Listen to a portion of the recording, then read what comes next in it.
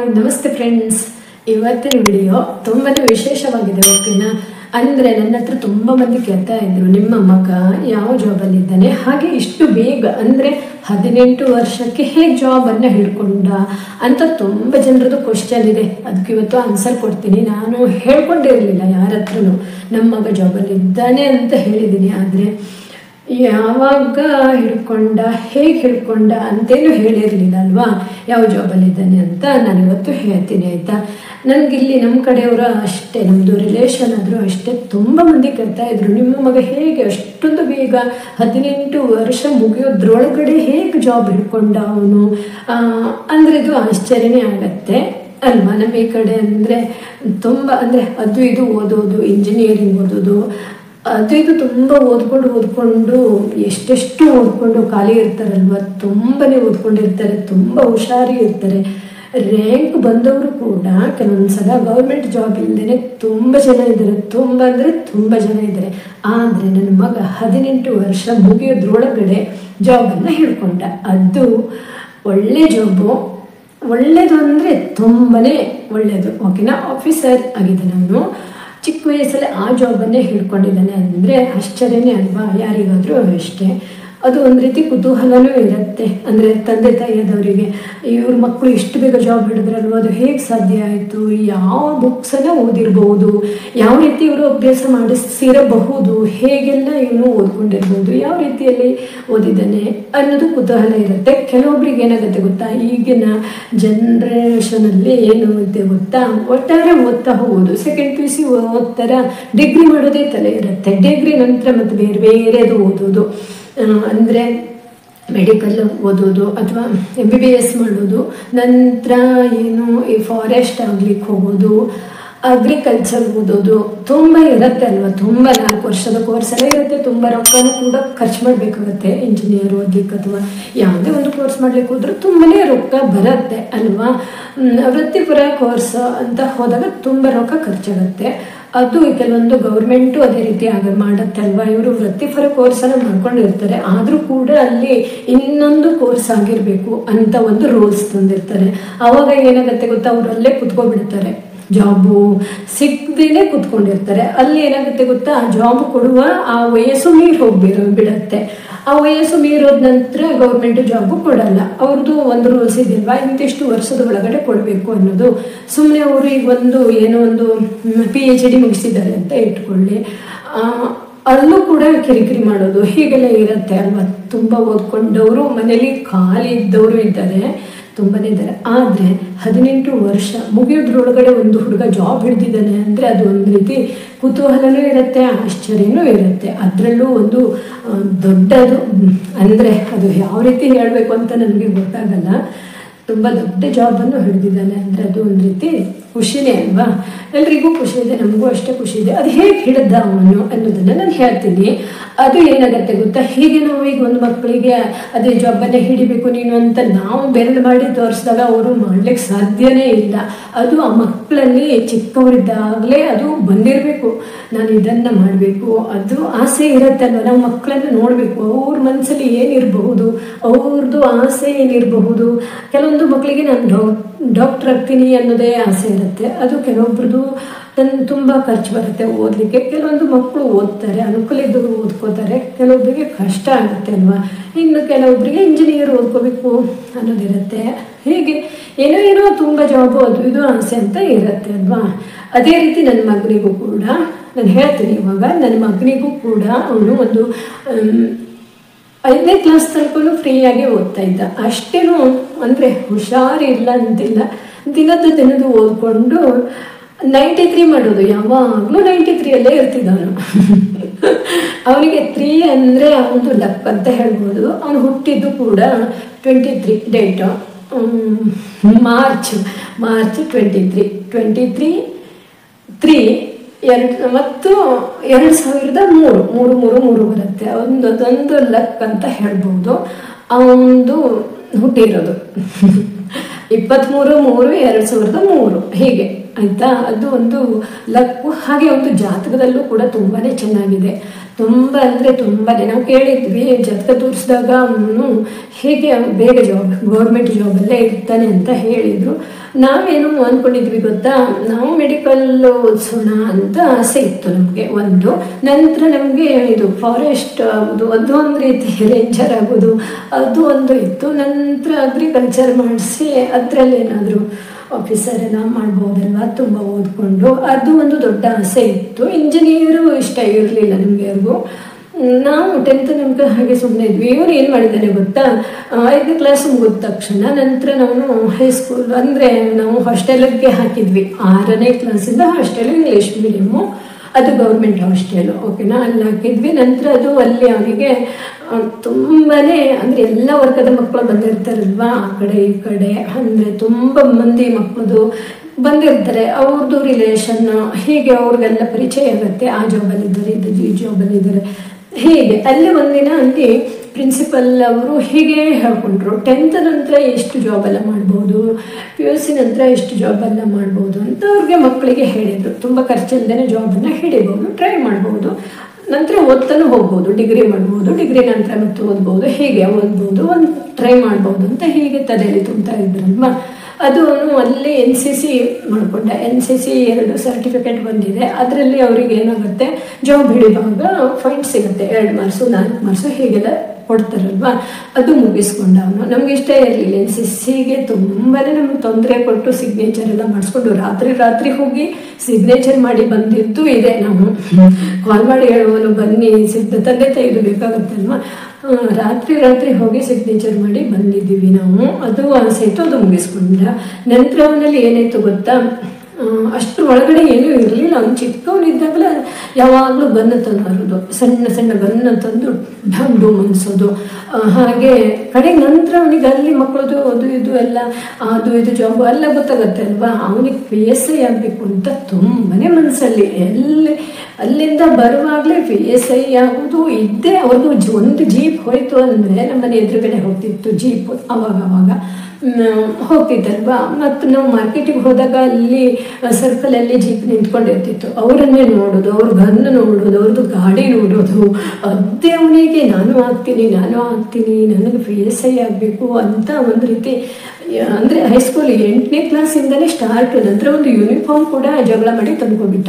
Uniform ತಂದ್ಕೊಂಡು ಹಾಕೊಡೋದು, left right ಅಂತ ಮಾಡೋದು, gun ಹಿಡ್ಕೊಂಡು ಮಾಡೋದು, ಅವ್ರ ಅಜ್ಜನ ಹತ್ರ ಹೇಗೆ ನಾನು ಮಾಡ್ತೀನಿ ನೋಡು ಅಂತ ವಿಡಿಯೋ ಮಾಡ್ಕೊಳ್ಳೋದು, ಅಜ್ಜಿ ಹತ್ರ ಹೇಳಿ ವಿಡಿಯೋ ಮಾಡಿಸ್ಕೊಳ್ಳೋದು, ಈ ರೀತಿ ಮಾಡ್ತಿದ್ದ. ಅದು ಒಂದು ರೀತಿ ಮನಸ್ಸಲ್ಲಿತ್ತು. ಆ ಯೂನಿಫಾರ್ಮ್ ಅಂದರೆ ಯೂನಿಫಾರ್ಮ್ ಇರುವಂತಹ ಜಾಬು ತುಂಬ ಇಷ್ಟಪಡ್ತಿದ್ದ. ನಂತರ ಹೀಗೆ ರೇಂಜರ್ ಆಗೋದು, ಅದು ತಲೆಯಲ್ಲಿ ಬಂತು. ಅಂದರೆ ನಮ್ಮದು ರಿಲೇಷನಲ್ಲಿ ತುಂಬ ಜನ ರೇಂಜರ್ ಆಗಿದ್ರು ಆ ಟೈಮಲ್ಲಿ, ಅದು ಆಸೆ ಹೋಯಿತು. ನಂತರ 19 ವರ್ಷಕ್ಕೆ ನಮ್ಮದು ರಿಲೇಷನಲ್ಲಿ ಒಬ್ಬರು ಏನಾದರೂ ಫಾರೆಸ್ಟ್ ಅಂತ ಆದರು. ಅದು ಅವ್ರದ್ದು ವಿಡಿಯೋ ಎಲ್ಲ ನೋಡ್ತಿದ್ದೆ, ಯೂನಿಫಾರ್ಮ್ ಎಲ್ಲ ನೋಡ್ತಿದ್ದಲ್ವ. ಇವನಲ್ಲಿ ಆವಾಗ ತಲೆಯಲ್ಲಿ ಬಂದಿರೋದು 8ನೇ ಕ್ಲಾಸಲ್ಲೇ ಬಂದಿತ್ತು. ಯೂನಿಫಾರ್ಮ್ ನೋಡಿಕೊಂಡು ನಾನು ಒಂದು ಯೂನಿಫಾರ್ಮ್ ಹಾಕ್ಕೊಂಡು ಒಂದು ದೇಶ ಸೇವೆ ಮಾಡೋದು ತುಂಬನೇ ಹುಚ್ಚು ಅಂತ ಹೇಳ್ಬೋದು. ಅದರಲ್ಲೂ ಅದೇ ಹೇಳಿದ್ರು, ರೇಂಜರ್ ಕಂಡ್ರೆ, PSI ಕಂಡ್ರೆ, ಹೀಗೆ ಅವರನ್ನೆಲ್ಲ ಕಂಡಾಗ ಅವನು ತುಂಬ ಆಸೆ ಪಡ್ತಿದ್ದ. ನಾನು ಆಗ್ತೀನಿ ಅಮ್ಮ, ನಾನು ಆಗ್ತೀನಿ ಅಂತ ಹೇಳ್ತಿದ್ದ. ನಮಗೆ ಇದೇ ರೀತಿ ಓದೋದು ಅಂತೂ ಹಾಗೆ ಹೀಗೆ ಅಂತ ಒಂದು ಸೈಡು ರಜೆ ಇದ್ದಾಗ ಇದೇ ರೀತಿ ಮಾಡೋದು. ಹೀಗೆ ಇಂಥದ್ದೇ ಏನಾದರೂ ಚಿಕ್ಕ ಪುಟ್ಟ ತಮಾಷೆ ಮಾಡೋದು ಮಾಡ್ತಾ ಇರ್ತಿದ್ದೆ. ಯೂನಿಫಾರ್ಮ್ ಹಾಕ್ಕೊಂಡು ಅಂಗಳಲ್ಲೆಲ್ಲ ಓಡಾಡೋದು, ಒಂದು ಗನ್ ಹಿಡ್ಕೊಂಡು ಚಿಕ್ಕವನಿದ್ದಾಗ. ಅಂದರೆ ಅದು ಚಿಕ್ಕವನಂದರೆ ಒಂದು 2ನೇ ಕ್ಲಾಸು 8ನೇ ಕ್ಲಾಸಲ್ಲಿ ಇದ್ದಾಗ ಆ ರೀತಿ ಮಾಡೋದು. ಮತ್ತೇನು ಮಾಡೋದು, ಮೇಲಿಂದ ಹಾರೋದು, ಬದುಕೋದು, ಎತ್ತರ ಜಿಗಿತ ಹಾರೋದು, ಅದೆಲ್ಲ ಮಾಡ್ತಿದ್ದ. ರನ್ನಿಂಗಿಗೆ ಹೋಗ್ತಿದ್ದ, ರನ್ನಿಂಗ್ ಎಲ್ಲ ಬೇಕಾಗತ್ತೆ ಅಂತ ಅವಾಗ ಹೀಗೆ ಸುಮ್ಮನೆ ತಮಾಷೆಗೆ ಮಾಡ್ತಿದ್ದ ಅವಾಗ. ನಂತರ ಏನಾಯಿತು, ಅಂತೂ ಅವನು 10th ಮುಗಿಸ್ಕೊಂಡ. 10th ತುಂಬ ಚೆನ್ನಾಗಿ ಓದ್ಕೊಂಡ, 93 ಮಾಡ್ದ. 10th ಮುಗಿದ ನಂತರ ಆವಾಗ ಅವನಿಗೆ ಮತ್ತು ನಾಲೆಜ್ ಬಂದಿರತ್ತೆ ಅಲ್ವಾ. ನಂತರ ನಮ್ಮ ಮನೆಯಿಂದನೇ ಫಸ್ಟ್ ಇಯರು ಸೆಕೆಂಡ್ ಇಯರು ಮಾಡ್ಕೊಂಡ. ನಾವಿಲ್ಲೇ ಹಾಕಿದ್ವಿ, ಒಳ್ಳೆ ಕಾಲೇಜ್ಗೆ ಹಾಕಿದ್ವಿ. ಸೈನ್ಸ್ ಮಾಡ್ಕೊಂಡ. ಸೈನ್ಸ್ ಮಾಡಿ ಫಸ್ಟ್ ಇಯರಲ್ಲಿ ಅಲ್ಲೂ ಕೂಡ 94 ಮಾಡ್ದ ಫಸ್ಟ್ ಇಯರಲ್ಲಿ. ಅಂದರೆ ಸೈನ್ಸಲ್ಲಿ ಅವನು ತುಂಬ ಅಂದರೆ ಬಯಾಲಜಿ ಇಷ್ಟ ಇರಲಿಲ್ಲ, ಬಾಕಿದೆಲ್ಲ ತುಂಬಾ ಇಷ್ಟಪಟ್ಟು ಓದ್ತಿದ್ದ, ಈಸಿ ಅಂತಿತ್ತು. ಯಾಕಂದರೆ ಅವನಿಗೆ ಸೈನ್ಸ್ ಅಂದರೆ ಅವನು ಕನ್ನಡ ಮೀಡಿಯಮಲ್ಲಿ ಕಲ್ತಿರೋದು 5ನೇ ಕ್ಲಾಸ್ ತನಕ. ಒಂದು ಸಬ್ಜೆಕ್ಟ್ ಇಂಗ್ಲೀಷ್ ಇತ್ತು LKGಯಿಂದ. ನಂತರ ಇಂಗ್ಲೀಷ್ ಮೀಡಿಯಮ್ಗೆ ಹೋಗಿ ಅಲ್ಲಿ ಇಂಗ್ಲೀಷನ್ನು ಕಲ್ತಿರೋದು. ನಂತರ ಅದು ರೂಢಿ ಆಗೋಯ್ತಲ್ವ. ರೂಢಿ ಆದ ನಂತರ ಅವನು ಸೆಕೆಂಡ್ ಇಯರು ಸೈನ್ಸ್ ಮಾಡುವಾಗ ಅವನಿಗೆ ಬಯಾಲಜಿ ಸ್ವಲ್ಪ ಟಫ್ ಅನ್ನಿಸ್ತು, ಇಂಟ್ರೆಸ್ಟ್ ಇರಲಿಲ್ಲ ಫಸ್ಟ್ ಇಯರಲ್ಲಿ. ನಂತರ ಸೆಕೆಂಡ್ PUC ಅವನು ಇಂಟ್ರೆಸ್ಟ್ ಮಾಡ್ಕೊಂಡಾಗ ತುಂಬ ಬುಕ್ಸ್ ಎಲ್ಲ ಓದ್ಕೊಂಡ. ನಂತರ ಅವನು ಫಸ್ಟ್ ಇಯರಲ್ಲಿ ಓದ್ತಾ ಇರುವಾಗಲೇ ಅವನು 10th ಮುಗಿಸಿ ಬರೋ ತನಕ ಅವನು ತಲೆಯಲ್ಲಿ ಏನಿತ್ತು ಇದೆ, ಏನಾದರೂ ಒಂದು ಅಮ್ಮ ನಾನು ಬೇರೆ ಇಂಜಿನಿಯರಿಂಗ್ ಅದೆಲ್ಲ ಓದಲಿಕ್ಕೆ ಹೋಗಲ್ಲ, ನಾನು ಫಸ್ಟ್ ಇಯರ್ಗೆ ಹಾಕುವಾಗ ಡಿಸ್ಕಷನ್ ಆಗುತ್ತಲ್ವ ಮನೇಲಿ, ತಂದೆ ತಾಯಿ ಕೂಡಿಸ್ಕೊಂಡು ಫಸ್ಟ್ ಇಯರ್ಗೆ ಹಾಕಿದ್ರೆ ಯೋಚನೆ ಮಾಡಬೇಕು. ಅದ್ರ ನಂತರ ಯಾವುದು ಓದಬೇಕು ಅದನ್ನು ನೋಡ್ಬೇಕಲ್ವ ನಾವು. 10th ನಂತರ ಹಾಕುವಾಗ ನಾವು ಹೇಗೆ ಹೇಳಿದ್ವಿ, ಅದು ಇದು ಇಂಜಿನಿಯರ್, ಇದು ಮೆಡಿಕಲ್ ಅಥವಾ ಏನೋ ಒಂದು ಮಾಡಿಸೋಣ, ಅಗ್ರಿಕಲ್ಚರ್ ಇದೆಲ್ಲ ಅಮ್ಮ ಅದೆಲ್ಲ ಅದ್ರ ಓದಲಿಕ್ಕೆ ಸೈನ್ಸ್ ಎಲ್ಲ ಮಾಡಬೇಕಲ್ವ, ಅದೆಲ್ಲ ನನಗೆ ಇಷ್ಟ ಇಲ್ಲ, ನಾನು ಈ ರೀತಿ ಮಾಡ್ತೀನಿ ಅಂತ ಈ ರೀತಿ ಹೇಳ್ತಿದ್ದ. ಒಟ್ಟು ನಾನು ಸೆಕೆಂಡ್ PUC ಮುಗಿಸ್ತೀನಿ, ನಂತರ ನಾನು ಇದರಲ್ಲೇ ನಾನು ಓದ್ಕೋತೀನಿ ಅಂತ ಹೇಳುವನು ಡಿಗ್ರಿ ಮುಗಿಸ್ಕೊಂಡು. ಹಾಗೆ ನಾವು ಆದರೂ ಒತ್ತಾಯಕ್ಕೆ ಸೈನ್ಸ್ ಮಾಡಿಸಿದ್ವಿ. ಸೈನ್ಸಲ್ಲೆಲ್ಲ ತುಂಬ ಚೆನ್ನಾಗಿ ಓದ್ಕೊಂಡ. ನಂತರ ಅವಾಗ ಕೊರೋನಾ ಇತ್ತಲ್ವಾ, ಕೊರೋನಾ ಇದ್ದಾಗ ಸೆಕೆಂಡ್ PUC ತುಂಬ ಚೆನ್ನಾಗಿ ಓದ್ಕೊಂಡ. ಆದರೆ ಅವನು 10th ಮುಗಿದು ಎಕ್ಸಾಮ್ ಮುಗೀತು ಅಂದ ನಂತರ ಏನು ಮಾಡ್ತಿದ್ದ, ಅವನು ಒಂದಿಷ್ಟು ಬುಕ್ಸನ್ನು ತಂದ್ಕೊಂಡ. ಎಷ್ಟೊಂದು 5-6 ಬುಕ್ಸು, ಜನರಲ್ ನಾಲೆಜು, PSI ಆಗೋದು, ಹಾಗೆ ಕಾನ್ಸ್ಟೇಬಲ್ ಆಗೋದು, PDO ಆಗೋದು, ಈ ರೀತಿ ಇದು ಅಂದರೆ 10th ನಂತರ ಯಾವ್ಯಾವ ಎಕ್ಸಾಮ್ ಇದೆ, PUC ನಂತರ ಯಾವ ಎಕ್ಸಾಮ್ ಇದೆ, ಅದಕ್ಕೆ ಯಾವ ರೀತಿ ಪ್ರಿಪೇರ್ ಆಗಬೇಕು, ಅದೆಲ್ಲ ಬುಕ್ಸನ್ನು ತಂದುಕೊಡೋನು. ಆನ್ಲೈನಲ್ಲಿ ತರಿಸಿ ಕೊಡ್ತಿದ್ದ, ನಾವು ತಂದು ಕೊಡ್ತಿದ್ವಿ. ಅವನು ನಮ್ಗೆ ಅವಾಗ ಅವನು ಮನಸ್ಸು ಬಿಚ್ಚಿ ಹೇಳ್ತಾ ಇದ್ದ, ಅಮ್ಮ ನೀವು ನನ್ನ ಬಗ್ಗೆ ನೀವು ತಲೆ ಕೆಡಿಸ್ಕೋಬೇಡಿ, ನಾನು ಅದಕ್ಕೆಲ್ಲ ಓದಲಿಕ್ಕೆ ಹೋಗಲ್ಲ, ನೀವು ನನಗೆ 1 ರೂಪಾಯಿನೂ ಖರ್ಚು ಮಾಡೋದು ಬೇಡ ಅಂತ ಹೇಳುವನು. ನಾನು ಅದೆಲ್ಲ ಓದಲ್ಲ, ನನಗೆ ಇಷ್ಟ ಇಲ್ಲ, ನಾನು ಇದರಲ್ಲೇ ಹೋಗ್ತೀನಿ.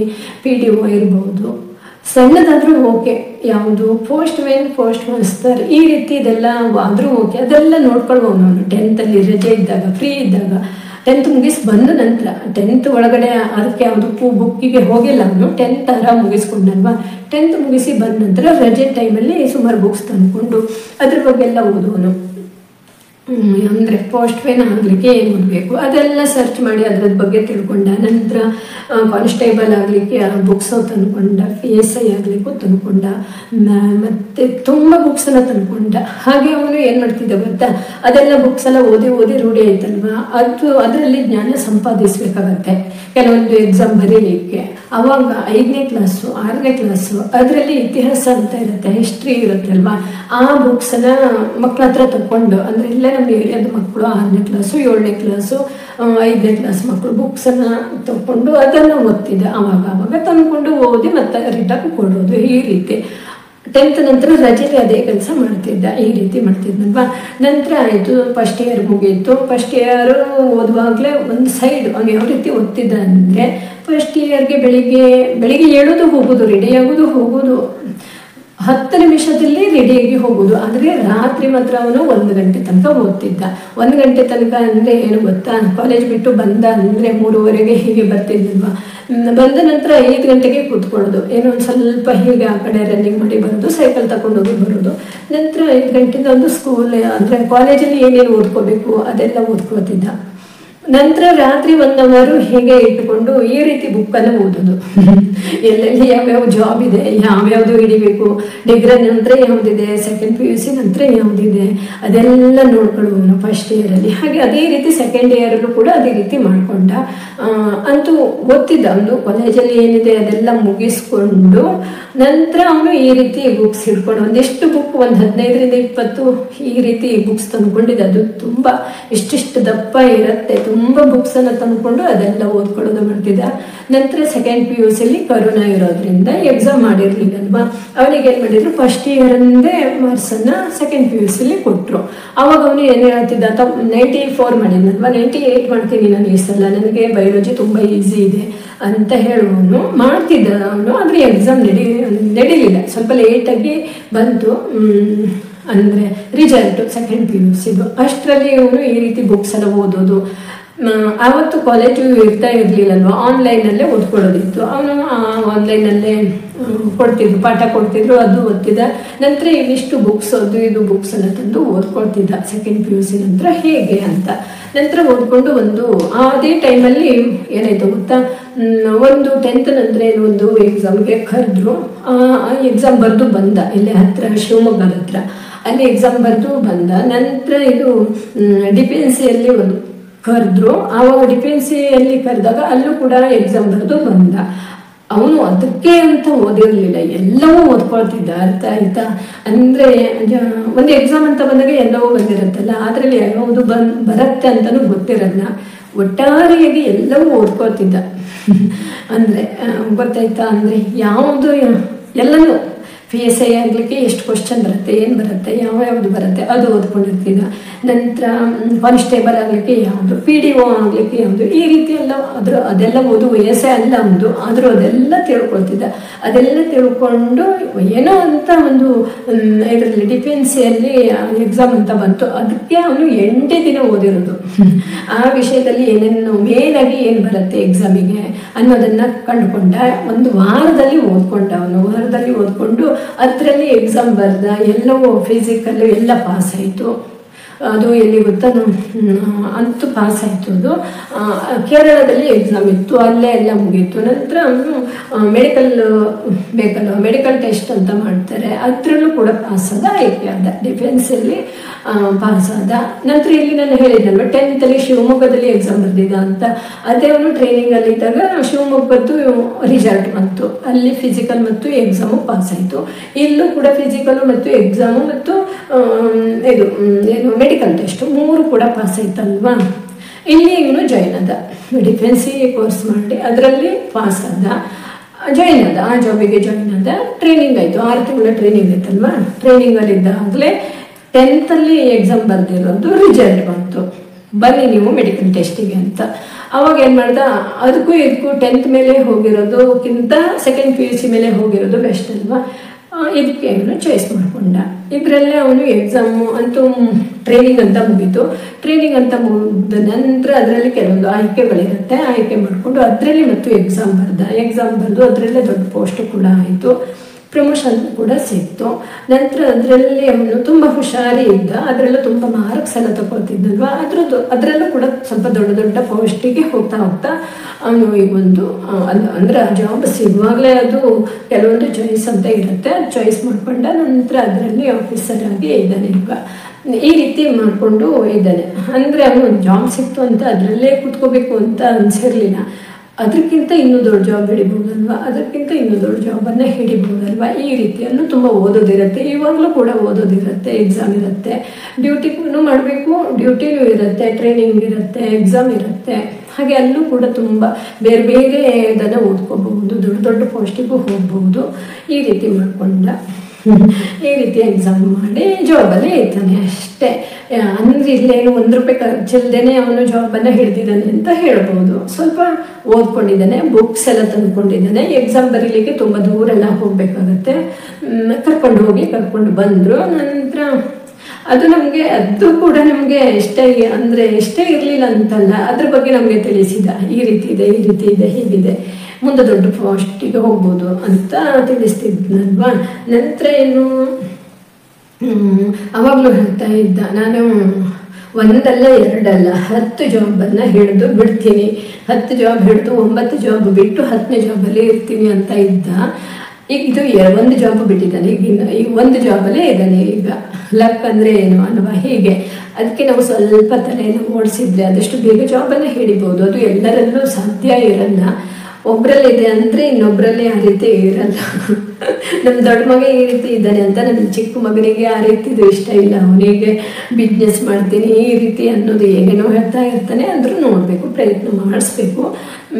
ತಲೆಯಲ್ಲಿ ಹಾಕ್ತಾ ಇದ್ದೀವಿ ನಾವು ಅಲ್ವಾ. ಈ ರೀತಿ ಇದೆ. ಇದು ಒಂದು ಖುಷಿನೇ ಅಲ್ವಾ ನಮಗೆ. ಅಂದರೆ ಈ ವಿಡಿಯೋ ಯಾಕೆ ಮಾಡಿದ್ದೀನಿ ಗೊತ್ತಾ, ಯಾರಿಗಾದರೂ ಯೂಸ್ ಆಗ್ಬೋದಲ್ವಾ. ನಾನೊಂದು ಈ ರೀತಿ ವಿಡಿಯೋ ಮಾಡಿ ನಮ್ಮ ಮಗ ಹೀಗಿದ್ದಾನೆ ಅಂದಾಗ ಅವರು ಕೂಡ ಪ್ರಯತ್ನ ಮಾಡ್ಬೋದಲ್ವಾ. ಈಗ ಎಷ್ಟೆಷ್ಟೋ ಜಾಬ್ ಕರೀತಾ ಇರ್ತಾರೆ ನೋಡಿ. PDO ಇರ್ಬೋದು, ಅದು ಡಿಗ್ರಿ ಆಗಿರಬೇಕು.